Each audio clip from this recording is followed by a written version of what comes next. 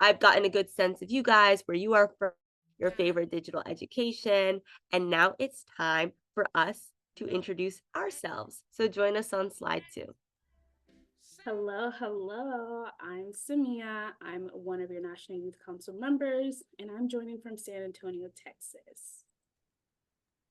Hello, everyone. My name is David. I'm from Baltimore County, Maryland, and I am also one of your National Youth Council members. Hi, everyone. My name is Sophia. I'm approaching my 3rd term in the National Youth Council, and I'm joining from the gorgeous Ithaca. And I'm so excited to be leading this webinar along with David and Samia. Hello, everyone.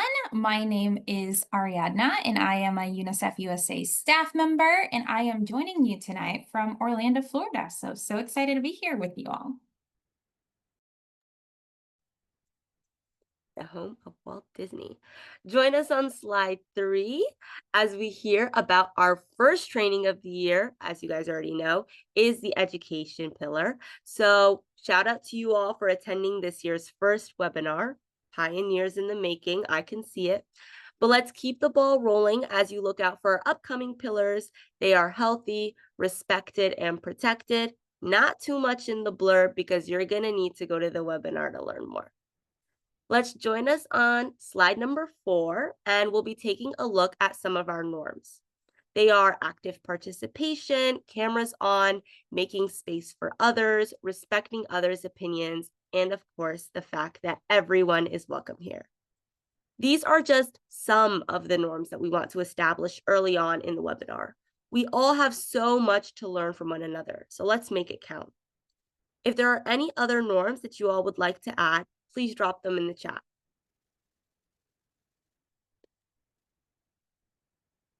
And as you guys drop them, we'll keep a lookout for them throughout the webinar.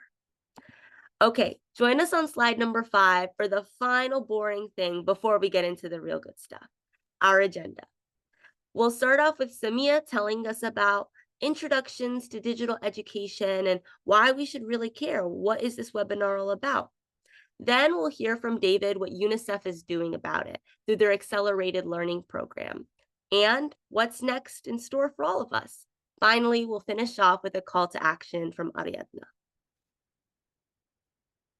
Now it's warm-up time. Let's get pumped for some polls. See alliteration, AP Lang. Okay, I was really trying there. Anyways, the way the polls are going to work is they're going to pop up on your Zoom screen. You'll see a question and 4 answers. It'll be pretty quick, so just make sure you're answering to the best of your ability, but there's no right or wrong answer yet because we're all just guessing here. As the questions go up on your screen, you'll be able to see the answers after everyone submits. Okay, are we ready? We're all here? We're all present? Okay, let's get started. Question number 1. What fraction of 10-year-olds worldwide are unable to read with comprehension?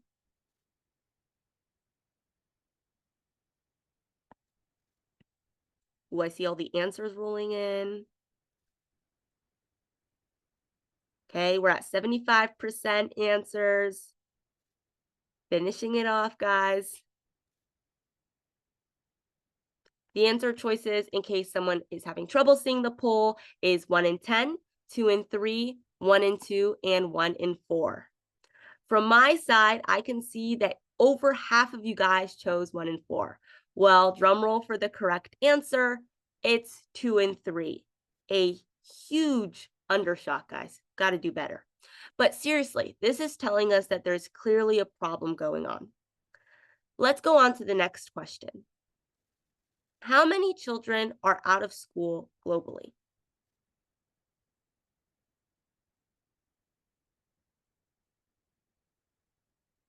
$100 million, 272 million, 50 million, or 400 million?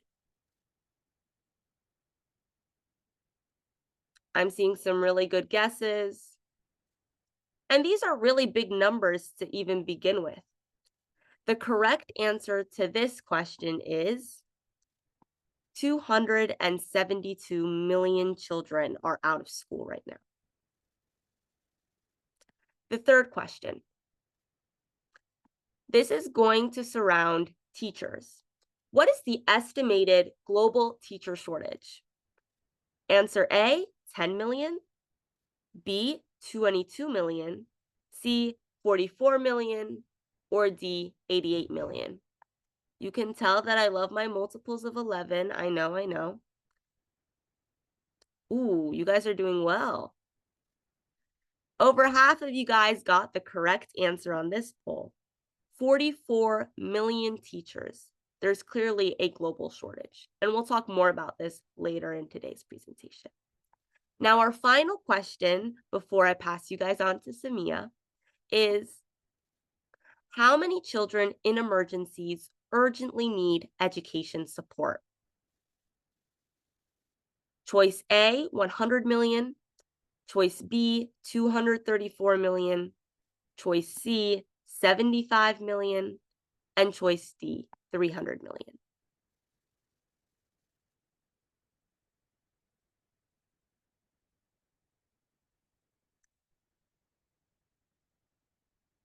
I see some answers rolling in.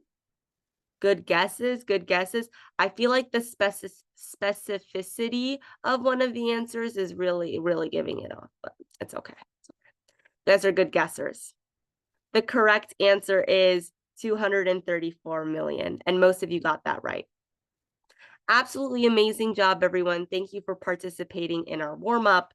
These numbers are much higher than I personally originally thought, and that even you guys guessing from the beginning originally thought as well. So clearly we have a problem that we want to investigate here. And I know we all already want to start scheming for a solution. But first, we need to hear some context on digital education from Samia. Thank you so much, Sophia, for welcoming us into today's webinar. Our focus for today is digital education, which is in alliance with our pillar for the month of September. However, before we dive deeper into digital education, I would love to define for us what digital education means in the context of this webinar. Digital education refers to the medium and standard in which students receive knowledge via technology in a way that many years ago would have been via paper or in-person instruction provided by the teacher. Now, may you join me on slide 13. When digital education is properly and intentionally implemented, in some ways it can address many issues. In some ways that digital education continues to improve learning includes increasing access to education for hard-to-reach children, like children with disabilities or displaced children. It can also cause content and learning approaches to be more individualized, adapting to individual learners' needs, and ultimately deepening learning outcomes. Digital education can also lighten the administrative burden on teachers. If you will join me on slide 14, you see that sadly, there are two sides to every coin. As digital education can improve education, it can also compromise the quality of education received.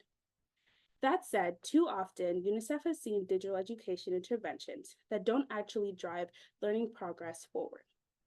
Often, EdTech solutions focus on the technology rather than the students and teachers using the tools. Learning materials are often digitized but not made available on platforms that offer adaptive, individualized learning that can be very powerful. And concerningly, there are no global minimum standards for EdTech, which leads to many low-quality solutions. However, Unicef has launched an initiative, and I'll go ahead and pass it over to David to talk more about what the initiative is. Thank you so much, Samia. All right, so UNICEF has an initiative called the UNICEF Accelerate Learning Initiative, and these are initiatives that seek to improve learning outcomes through evidence-based approaches to digital education. So the accelerated learning wants to usher in a paradigm shift, one that moves away from project-based and in one-size-fits-all idea into more individualized and adaptive to each of the communities that it will be serving. So it was designed by UNICEF to help children who are behind in school, especially in low-income areas and crisis-based areas, and settings to catch up with their peers around the world and also in their communities, and also focus on children who missed foundational years of education due to poverty, conflict, emergencies, or school closures. There are 5 pillars in the next slide that guides this initiative to go on. Today we're going to focus on 2, but before that, I want to speak to you guys a bit about what they are. The first one is improving foundational learning, which seeks to leverage digital education to advance literacy and numeracy, especially for primary school age learners. Second one is increasing skills and competency for work and life, including digital and AI skills, vocational and technical skills. It's for the 21st century skills, leveraging digital solutions. And this is an especially powerful one because of it helps adolescents, youth, and folks who just are generally out of school. The third one is empowering teachers with the tools, skills, and trainings to leverage digital technologies in their classroom and the software and hardware to make digital learning possible in their classroom. The fourth is system strengthening, which focus on strengthening the policies, resources, data, and monitoring, and also government support to digital education initiatives in priority-based countries around the globe. The fifth one is advancing thought leadership. UNICEF has established a set of global minimum standards through its EdTech for Good platform. So this pillar will focus on UNICEF's leading role in promoting quality EdTech initiatives.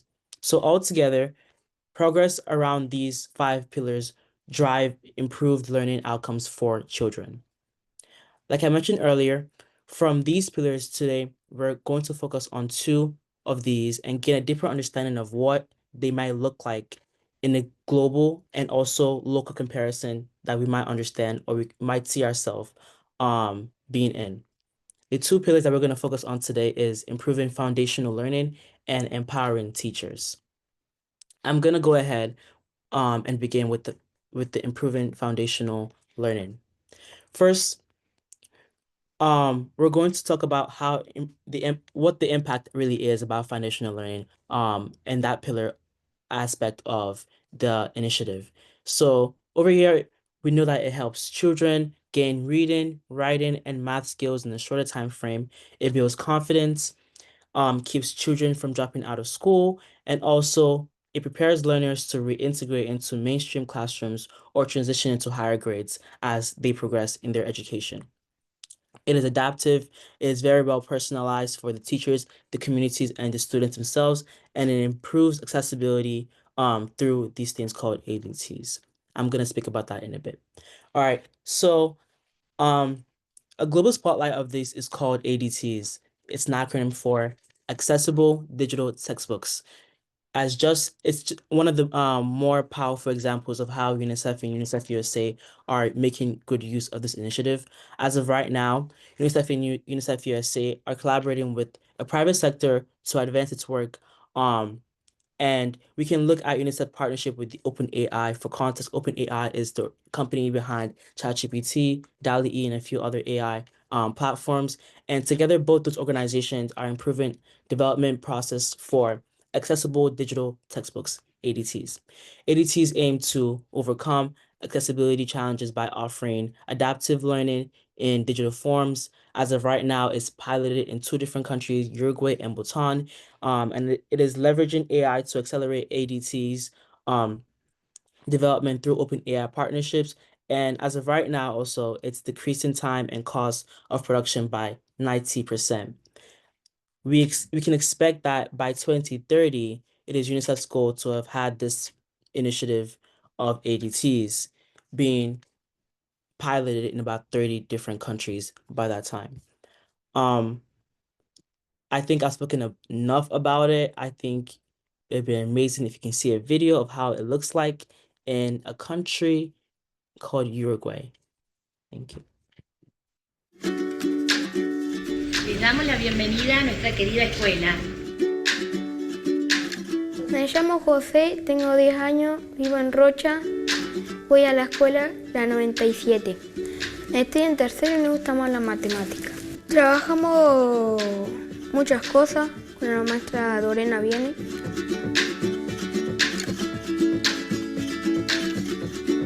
Trabajos en la compu o vamos al salón a ayudarla a hacer un trabajo, que trabajamos mucho con ella y nos divertimos.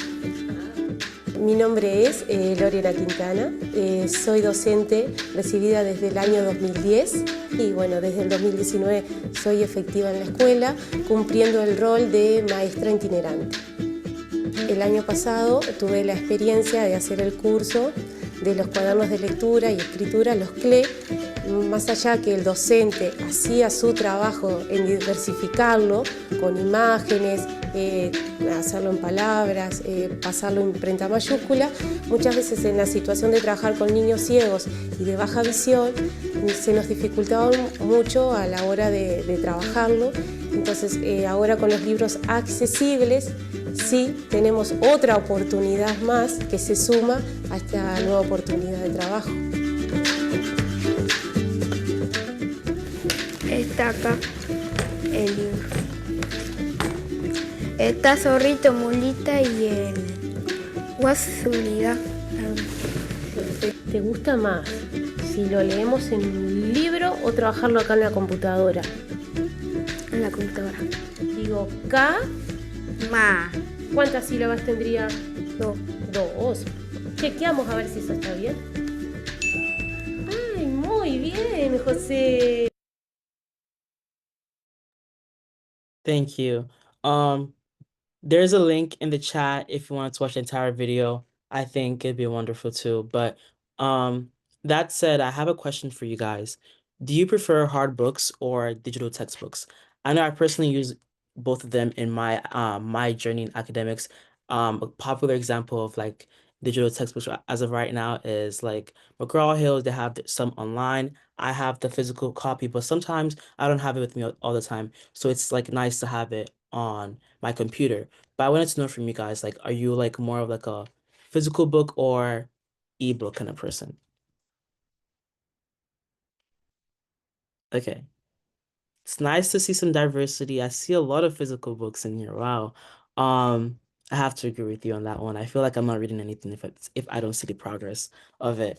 But that said, um, it's important that we can highlight the privilege we have of making that decision, because the reality is many of the folks that are in other countries don't have the opportunity to learn a lot with physical books, as it would cost a lot more. With the partnership done with OpenAI, ADTs are more accessible, and they will be eventually and they are cheaper as well. It helps with learning. As you can see, he was taking a test and it was interactive, it was very personalized, and it gave access, and the access to digital textbooks gives the ability to learn without bounds. And that is why UNICEF USA and UNICEF is really putting their foot down on this one to make sure it's helping people around the world. Okay. The other key pillar, like I mentioned earlier on, was empowering teachers. I'm gonna have Sophia take us with that. Yeah, thank you so much, David. So, our second most foundational pillar here is empowering teachers. We simply cannot underestimate the power of educators. We have all had a teacher in the past that's absolutely changed our lives. And we know that by empowering them and empowering them with the training and the skills they need to better leverage digital technologies alongside providing software and hardware to make digital learning possible, learning can be absolutely transformed in their respective classrooms. And even more teachers can continue to change the lives of students around the world. Under this pillar, UNICEF is equipping teachers to transition from tech-centered models to human-centered, play-based, collaborative, and empowering approaches. Meaningful and tailored, keyword here is tailored, it'll come back to us later. Professional development supported by technology can help promote teaching at the right level and strengthen educators' digital skill sets. Hybrid and remote solutions are leveraged to allow a single educator to reach students across multiple locations simultaneously. Obviously, this can help address systemic shortages of specialized educators, especially in rural, remote, or underdeserved areas, making those numbers that we saw earlier in this presentation get a bit lower. On our next slide, we'll be talking about a global spotlight, something that UNICEF is doing around the world in order to promote these 5 pillars we talked about. It's called the Learning Passport. The Learning Passport spans 48 plus countries and has reached over 11 million learners worldwide. But what even is it? It's a digital learning platform that was created by UNICEF and Microsoft to provide online and offline education access for children and youth, especially in crisis or displaced settings. One of its primary advantages is its versatility. That's why it's able to get to children in such remote settings, both in terms of its content library, which is nearly 23,000 resources, and in its functionality and adaptability in both offline and online versions for maximum flexibility. The platform is also reaching teachers, 2.7 million of them so far, with professional development and other resources such as its blended learning handbook focusing on hybrid teaching. In Poland, for example, the Learning Passport has had great success in supporting mental health and well being for both teachers and Ukrainian refugee students by empowering education professionals. So let's get down into how the Learning Passport works. Number one, it offers this localized curricula, digital textbooks, and interactive learning models. Number two, it's able to be accessed on a very low bandwidth by devices that are either offline or without strong internet. And number three, it's able to track student progress, ensuring that the learning is at the end of the day measurable. Strong examples of the usages of the Learning Passport has been found in Honduras, Lebanon, and Jordan, supporting especially refugee children or those in remote areas via offline solutions. Now, on the next slide, we'll be hearing a theme song that might sound a little familiar to a lot of us.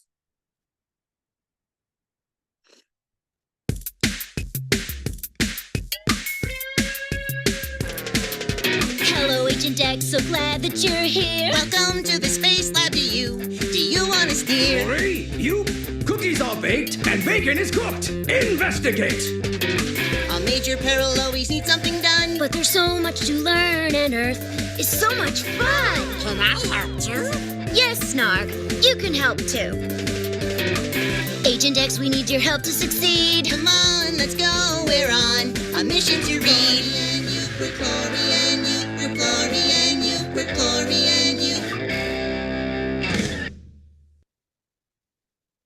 Thank you so much. Does anyone recognize where this theme song is from? I'll give you a hint. It's our local spotlight, and a lot of you already know the name. I'm pretty sure this theme song was introduced to the youngins now that they have everything new and shiny, but most of us have already had exposure to this platform. It's iReady. On the next slide, we'll be talking about what makes iReady so successful. iReady is a digital education platform, and it focuses on specifically creating personalized instruction modules based off student assessments. This is how it works. Step one is the assessment, but specifically an adaptive assessment. That's why those very long and maybe tedious feeling diagnostic exams feel a little bit odd. You get a really hard question and then a really easy one, and then maybe a slightly less harder one and then a slightly less easier one. That's iReady finding your level, and that's what makes it tailored and what helps generate its personalized learning path, which is bullet number 2. It has interactive lessons and practice, theme songs and games made for every age level, and interesting content and readings. I remember that when I used to do iReady in elementary and middle school, we were doing it within class, and everyone's reading was a little bit different. And it made it so much more interesting because I was able to talk to my friend about my reading, and she was able to talk to me about hers, and we were able to kind of compare what iReady was really testing us on. Number 3 is lesson experience, and this is guided by the teacher input. Teachers are able to adjust and guide the instruction based off where the class is or where the class should be, whether that's to absolutely do amazing and standardized exams or pass really great benchmark levels. iReady is equipped to help both teachers and students achieve that. And finally, it provides ongoing data to both teachers and administrators in order to support learning goals. So what are the clear pros here? And this is going to be important for our next activity. Notice, iReady is incremental. It's a constant 30 to 45 minutes every single day. That means that there's no crammed learning going on, and this ensures that every student is able to really latch on to the material. Number 2, iReady is accessible. It's a digital platform. It's accessible from an iPad, from a computer. I remember I used to even go to the public library to complete my 40 minutes a day when I was nowhere near home. And finally, it's individualized, which is the most important thing. Because with digital education, we have the power to make every student's learning special and unique to them. So now that we've seen a global example, a local example, and we've heard really the main pillars that UNICEF is approaching towards digital education, it's time to start scheming. In our breakout rooms, we are going to be imagining a better future for digital education. This is how it's going to go. We're going to think about digital education through 3 simple lenses: barriers, standards, and plans. And I want you guys to think of it a bit like a traffic light. First is red, which is barriers. What are the roadblocks that you faced in learning in the past? What are the challenges that you may have observed in your community with digital education? Maybe bad Wi-Fi was a constant thing happening during COVID where the teacher couldn't connect to the Zoom. What made digital education tedious or hard? That's your red light. Next will be your yellow. We're going to pause and we're going to think about standards. What minimum standards, given these barriers that you just started brainstorming about, do you believe every digital education platform should have? Is it accessibility? Is it offline options? Is it strong teacher support? Is it none of the above? All of the above? Let's start thinking about that. And finally, green means go. Go bold with a plan. If you had the power to implement just one idea, one tool, one policy to improve digital education in your community, for yourself, and globally, what would that look like? You'll have about 5 minutes in your breakout room. We'll see how we're doing around that time checkpoint. Make sure that everyone shares at least one thought in your breakout room. Me, David, and Samia will be jumping around, so don't be put off if you see us there. But we want to make sure that we're keeping it concrete. We've heard concrete examples of how digital education can really be affecting children across the world. So what we're looking for here is specific ideas. That means that share examples from your own life, identify obstacles from your own life, and suggest solutions that can exist in your own life.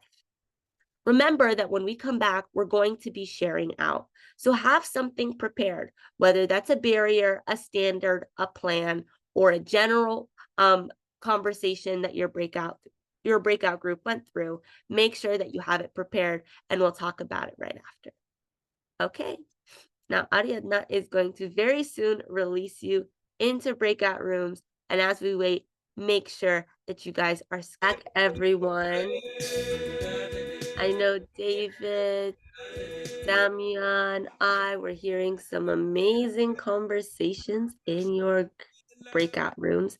And I was hearing some really interesting ideas, some really creative ideas, some very niche barriers that I had never heard of before. So I'm personally really excited for everyone to share out, which is exactly what we're going to be doing here on the next slide. So just a quick reminder, everyone, the point of this slide is exactly what it says. We're going to make it stick with these sticky notes. So now that you've discussed with your groups, we're going to focus on the 3 prompts we were talking about earlier. A, the barrier that you identified. B, the standard that you think we should all agree on. Or C, a bold planner idea that you came up with. We want to capture these main ideas as sticky notes here so that we can see the range of insights, the diversity of backgrounds that we come from. And by the end, we'll have a wall of ideas that show both the challenges and the opportunities in shaping digital education. Now I have 9 sticky notes here, and we have 9 groups. That means every group will share out. And I've definitely gotten the vibe that everyone really had the time to speak in their own group. So anyone can speak on behalf of their group. If you guys decided on a reporter, great. If not, don't worry. If you want 2 people to talk about it, no problem. But if we could get started on the first group, it's okay if you don't remember your group number. If you're just like, I want to be the first to volunteer, by all means, be the digital education pioneer.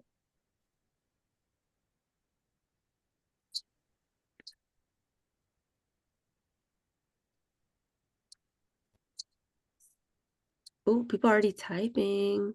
Oh, we can share out loud. So if group 2 wants to just share, we can share out loud first, and then we can go in and type. Or we can type first, whichever we really want to go for. I can share out right now. Awesome, Lily. Thank you so much. So for the barriers that my group was talking about, well, you can kind of see some of them on the slide right now. We were talking about Wi-Fi and connectivity issues, and potential websites crashing, especially if a lot of people are using certain sites at the same time. And also, someone brought up that not everyone may be equipped in using certain technologies, including teachers. Sometimes, some districts, I know for my district, for when we started using Google Classroom, the teachers were given a seminar on how to use it, but I know that's not the case everywhere. So not really knowing how to use the technology might hinder one's ability to, and therefore students might not really get the full experience through that. As for the standards we talked about, we were talking about maybe having like a help button kind of designated in, so you like a question mark that like has like FAQs, like common FAQs that someone might have about a certain site, so you can kind of like go through and answer them. And then for one thing that we brought up for the green category, Daisy kind of helped us with coming up with some stuff, but accommodations on sites, like suppose someone might need like to hear something audibly instead of reading it out loud, reading it in their head in a textbook, something like that. For those who might for sometimes some websites have image descriptions under pictures that might be helpful. So just have like being respectful and accommodating to people's needs. I love that. Yeah, I feel like digital education, completely agree, like intersects with so many other really great solutions we already have. I love the barrier idea and the accommodation idea and the love that I'm seeing in the chat for group 2. So I already know this group was killing it. Thank you so much, Lily, for starting us off. Show some love for group 2 guys in the chat or with a reaction. That was really amazing. Does the next group want to share? It could just be anyone who has something written or maybe nothing. You may, and yes, of course. Oh, I overheard your group. So Yes. Mhm. My like Wi-Fi is killing me right now, so very on Digital brand for this education. discussion. So, my group, we talked about for our red barrier is not having internet access in rural areas because they're sort of overlooked. And Tracy brought this up, even I hadn't thought of it. She was talking about how during COVID, she sort of worked on this initiative that brought Wi-Fi to rural areas, and we were all like, wow, like I didn't even realize this. And then for our yellow barrier, I think it was, or the standard, it should be every place should have somewhere that has access to Wi-Fi and have it be something that's like easily accessible because people don't want to go super duper far or drive 40 miles just for Wi-Fi just to go to school. And then for our green, we put having cellular towers everywhere so that everyone has access to Wi-Fi. Thank you so much, Iman. Yes, I heard this group firsthand. They were doing an amazing talk. Yeah, I think rural communities and digital education often intersect in the Oh my ways God. that they can really kind of leverage each other. Oh, Camille, did you want to say something? I know you were in the No, same group, so sorry. please. No, I like pressed this reaction. I just didn't expect all the hard. It's okay. We also love to that group. I completely agree with you. All good, all good. Zamir, you have your hand up. Yeah, of course. So what my group talked about was, of course, the barrier of Wi-Fi and internet connection. But one of my group mates, Lyric, did mention about a plan in the district that they used to work at. They mentioned of sending students home with routers. So if they do have poor internet connection, they could set that up at home. And I believe it was given to them for free. But that could be definitely a plan for the green. And another one for red was also how to access those laptops and iPads. And maybe some students won't be able to afford it financially, or maybe a district is able to have their budget planned out and give laptops or Chromebooks out for free for students. So that is definitely another green and another red. But that's what my group talked about, and it was really interesting to hear that in a district that they were given free routers to students, which I found very cool and interesting. Yeah, definitely. I love how your group really focused on the logistics of it all as well. Kind of like where's the funding coming from? Where is this coming from? Really, really great insights. Thank you guys so much. Arav, I was in your group as well, and I, for one, am excited to hear this for the second time, and I hope everyone else enjoys, but very cool insight. So we were group 5. We started with barriers. We talked about resources that were limited at home, such as Wi-Fi. I think a lot of people talked about that. Computers and other just textbooks, like just time. And so there is standards put in place in many schools. Like for example, mine, we have after school programs so students can stay after school. But one issue that we found with that was that transportation and after school programs often overlap. So once school ends, you have the buses that take you home. But if you wanted to stay for after school, then you'd have to organize your own transportation. And one issue that does arise from that is that if you don't have a safe way or a good way to get home after you stay after school, then you wouldn't be able to um, really use that resource that's put in place. Thank you so much, Arav and Group 5 for sharing. Definitely, I think this really kind of tells us a little bit more about maybe digital education already exists in our environments, but that education isn't accessible yet. Kind of defeats the whole purpose of digital education. So thank you all for sharing. Thank you for everyone who rose their hands and shared out, and to those who typed in the sticky notes slide. With that, we are going to transition into what's next from UNICEF. We've heard from you guys on what's next in your goals, but we'll hear more about what it looks like for the rest of the world. Okay, thank you, Sophia. Kindly join me on the next slide as we talk about UNICEF's innovative solution to address the lack of global standards issue.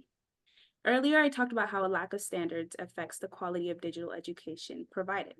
Out of this issue, EdTech for Good was created. Through this framework, UNICEF aims to promote not only thought leadership, but also a global framework structure around the 5 components in the image on our screen. Of course, starting with safety, ensuring that users, which are children, are safeguarded and protected while using said platforms. But also, while students are using these platforms, it's important to understand the impact and effectiveness of the resource on their education. Likewise, the design also needs to be child-centered, offering accessible and engaging content, and at the same time being able to reach a large number of audience in order to minimize the digital divide. Last but certainly not the least, technology provided needs to be inclusive and be grounded on providing equitable access to students, such as students with disabilities or those who are separated due to war or any other issues happening in their hometown, country, or even family. To help organizations and the government accomplish this, UNICEF and their partners created the Learning Cabinet. Essentially, what the Learning Cabinet does is encourage tech providers to submit their products to be assessed against the EdTech for Good framework and determine if it meets the minimum standards. Beyond the Learning Cabinet, there's another important part of UNICEF's goals and what it takes to accomplish that, and that's you and I. I'm going to pass it on to Ariadna to talk more about that.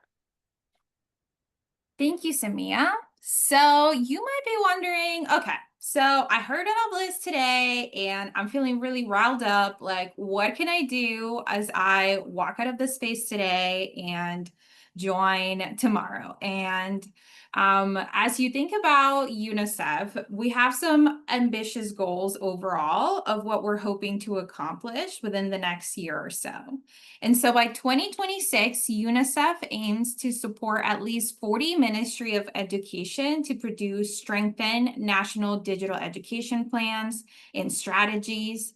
They want to empower 4 million teachers to teach more effectively and reach about 120 million children with improved learning outcomes. And a lot of that can start in your own communities and by what you do. And so you can really amplify your voice by reaching out to your local legislator. You can attend some school board meetings. You can research bills in your community. I'm going to put in the chat some advocacy resources that you can take to your clubs, that you can use for yourself, that can really help you build some of these skills on how to do this and really bring others into this conversation. Throughout this month and the next, we're going to be mobilizing around this pillar. So really be checking out our website as well as our social media for more content. But you can today, leaving this space, you can already have a couple of resources that you can implement in your own clubs. So we do have a couple of pillar activities that they're based around advocacy, building community, education, and fundraising. And it kind of tells you step by step. This can be something that you can utilize in a meeting. This can be something that you can lead in a small group and kind of learn for yourself. So as we kind of leave this space tonight, I want to leave you all with a quote of UNICEF Director of Education, Pia Brito. And she says, what we're building isn't just about delivering more education. It's about reimagining how children and young people everywhere, especially those who are often left out, can learn, grow, and lead in a fast-changing world. So we really appreciate you all for spending your evening with us and learning with us. And we hope that you take these conversations to your friends, to your family, and really expand this past today. So thank you all so much for joining and hope that you all have a good night.